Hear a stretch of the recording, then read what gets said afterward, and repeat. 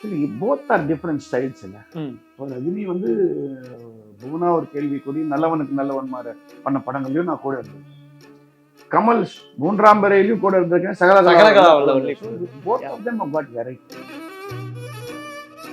தன் பலத்தை விட தன் பலவீனத்தை பிரமாதமா அறிந்து கொண்டவர் ரஜினி.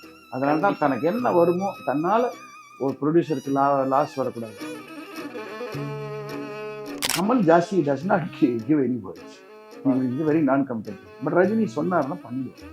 அதுல வந்து ஒரு 10% அதிகம் நான் ரஜினிக்கு தான் மார்க் கொடுக்குறேன். கமலை பொறுத்த வரைக்கும் அவர் is very close to only certain people. Rajini சகலமா எல்லாரோடையும் பாடு. நான் பார்த்த நல்லவனுக்கு நல்லவன், தப்பு தாளங்கள்னு ஒரு படம் நீங்க பார்த்து தெரியும் சார். மீசை இப்படி வச்சிருப்பாரு சரியா. இன்னும் அவர் வந்து டோட்டலா என் இமேஜே வேணையா அப்படின்ட்டு ஒரு படம் பண்ணணுங்கிறது என்னோட ஆசை. அவர் இன்னும் ஒரு அவார்டு வின்னிங் ரோல் மாதிரி இன்னும் பண்ணாம இருக்காருங்கிறது எனக்கு பிடிக்காம இருக்கு. ஏன்னா அவரால் முடியும்.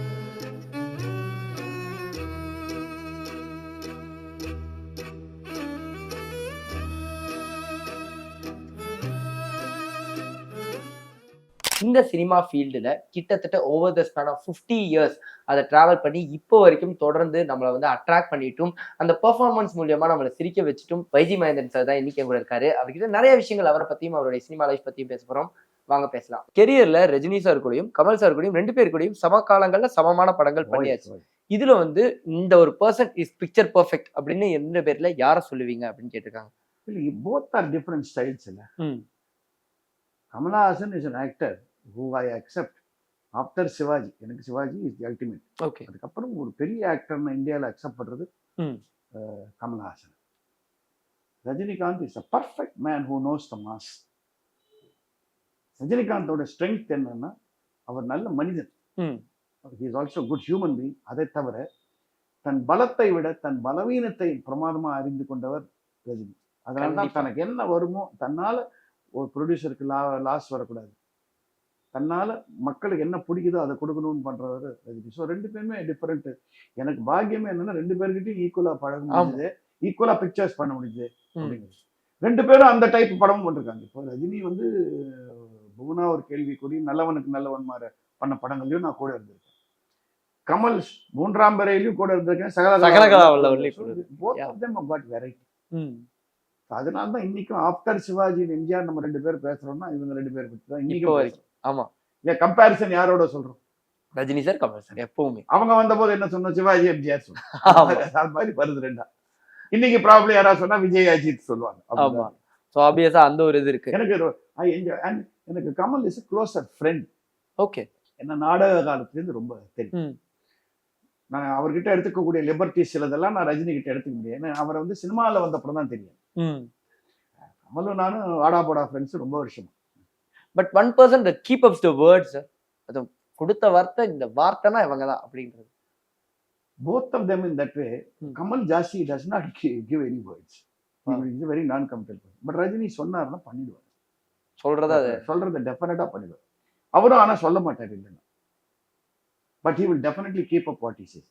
எஸ்பெஷலி என்னுடைய டிராமாவுக்கு வரதோ இல்லை யாரோ ஒருத்தரை பார்க்கறதோ நான் சொல்றது முடியும்னா முடியும், முடியாதுன்னா முடியாது, கிளியரா சொல்லிடுவேன். அதுல வந்து ஒரு 10% அதிகம் நான் ரஜினிக்கு தான் மார்க் கொடுக்க முடியும். கமலை பொறுத்த வரைக்கும் அவர் is very close to only certain people. Okay. இதெல்லாம் ஒரு தப்பு. எல்லாரும் என்ன பண்றாங்க, சினிமா நடிகர்கள்லாம் வந்தவங்க எல்லாரையும் பார்த்து இப்படி இன்னும் குழந்தைய தூக்கி வச்சுக்கணும், கொஞ்சம் பேர் வைக்கணும்லாம் அப்படின்லாம் கிடையாது. எல்லாரும் மாதிரி கிடையாது. ஆமா. எம்ஜிஆர் மாதிரி இருந்தாரு இல்லை சிவாஜி. பட் சிவாஜிக்கும் ஒரு மாசம் இருந்து எம்ஜிஆருக்கும் ஒரு மாசம். ஆமா. அதே மாதிரி கமல் வந்து கொஞ்சம் ரெஸ்ட்ரிக்டட், அவர்களோட மைண்ட் செட்டோட இருக்கிறவங்களோட தான் க்ளோஸா இருப்பார். ரஜினி சகலமா எல்லாரோடையும் பழகுவார். அதான் விஷயம். Correct sir. அண்ட் இது ஒன்று கேட்டிருக்காங்க சார், ரொம்ப நாளா ரஜினி சார் உங்க ஃப்ரெண்ட் இருந்தாலுமே அவர்கிட்ட இந்த விஷயம் எனக்கு அவ்வளவு பிடிக்காதுப்பா அப்படின்னு உங்ககிட்ட ஏதாவது ஒரு விஷயம் இருக்கா?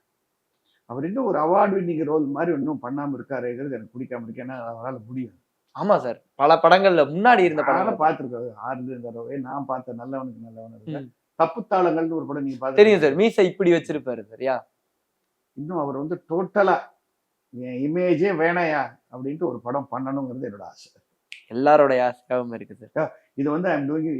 எப்படி அமிதாப் பச்சன் தானே அப்படியே மாத்திக்கிட்டாரு.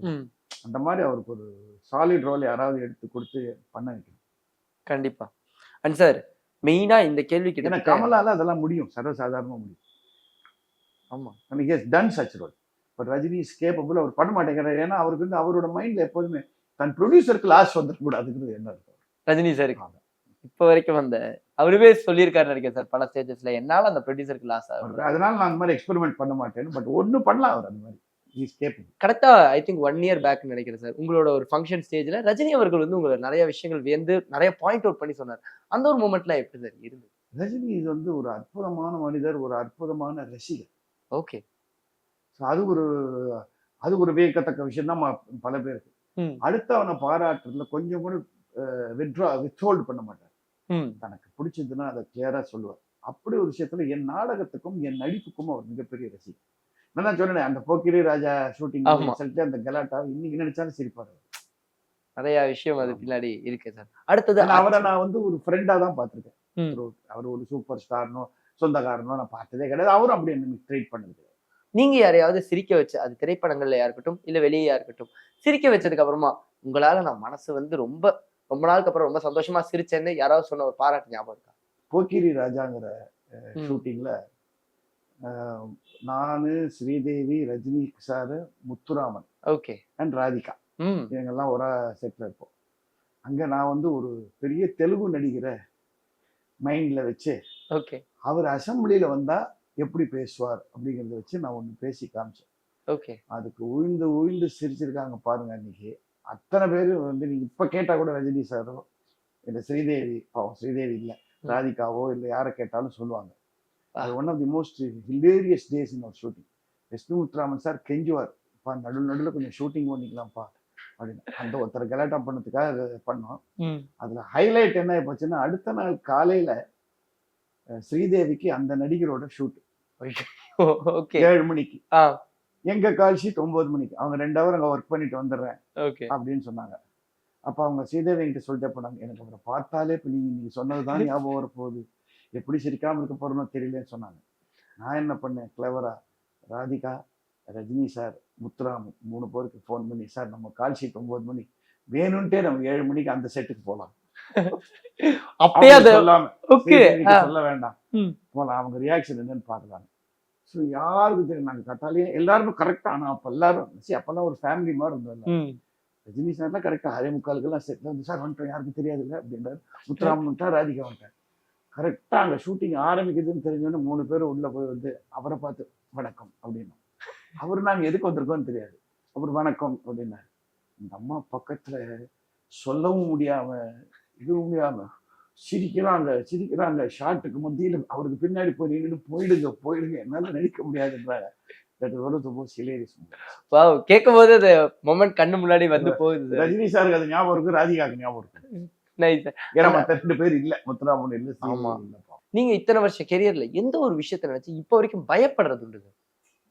திருச்செந்தூர்ல போய் சாமி கும்பிட போயிருந்த போது பெரிய கூட்டம். அது அன்னைக்கு வந்து அந்த இந்த விழான்னு நினைக்கிறேன், சூரபத்மன் சம்திங் பெரிய விழா. அதுல ஒரு திடீர்னு அப்ப என் புள்ள வந்து அவனுக்கு என்ன 5-6 வயசு தான் இருக்கும். அந்த கூட்டத்துல காணாம போட்டான். ஓகே. அது ஒரு கப்புன்னு ஒரு இதயத்தை பிடிச்சி. அது என்ன, ஏன்னா அந்த கூட்டத்துல காணாம போய் திருச்செந்தூர் கூட்டம், ஐயோ ஒண்ணு கையை பிடிச்சதுன்னா திடீர்னு காணும். அது மேக்சிமம் எனக்கும் சரி என் ஒய்ஃபுக்கும் சரி ஒரு பெரிய கண்டம் மாதிரி இது. எனக்கு அதுதான் பயம்னு நான் ரொம்ப பட்டது. எனக்கு சினிமாவில் என் படம் ஓடுமா இல்லையான்றது தெரியாத பயம் இருக்கும். அதெல்லாம் சார் இது வந்து ஒரு பெரிய லைஃப் விஷயம். அதுலேயே ஒரு ஆச்சரியமும் என்ன நடந்ததுன்னா, நாங்கள் தேடிக்கிட்டே இருந்த போது ரொம்ப தூரத்துலேருந்து ஒரு நல்ல திருமணம் இட்டுக்கிட்டு ஒரு 5-6 ஒருத்தர் கடன்னு பையனை கொண்டு வந்து எங்ககிட்ட விட்டுட்டார். நாங்கள் அப்படியே அவனை கட்டி பிடிச்சி கிடைச்சிட்டாங்கிற சந்தோஷம், அங்கே ஆனந்த கண்ணீர் வந்துட்டு திரும்பி பார்க்கச்சே அந்த ஆள் அப்புறம் இன்னி வரைக்கும் நான் பார்த்தது. அது என்ன எக்ஸ்பீரியன்ஸ்ன்னு எனக்கு தெரியல. அது எதுல சேர்க்க, அது வந்து ஒரு கடவுள ரூபத்துல வந்தான்னு சொன்னா எஸ் வந்தாங்க, இல்ல அதுக்கு ஒரு சயின்டிபிக் ரியாக்ஷன் உடனே ஓடி போயிட்டானா, ஏன்னா நியாயமா போயிருக்க கூடாது, இருந்து எங்க கிட்ட ஏதாவது எதிர்பார்த்திருக்கணும் இல்லையா. அதுக்கப்புறம் அந்த ஆளை நாங்க பார்க்கவே அங்கேயே தேடி பார்த்தோம், எங்க போனான்னு தெரியல. அது என்ன நீங்க தான் பகுத்தறிவாளர்கள்கிட்ட கேளுங்க இதுக்கு என்ன பதில்.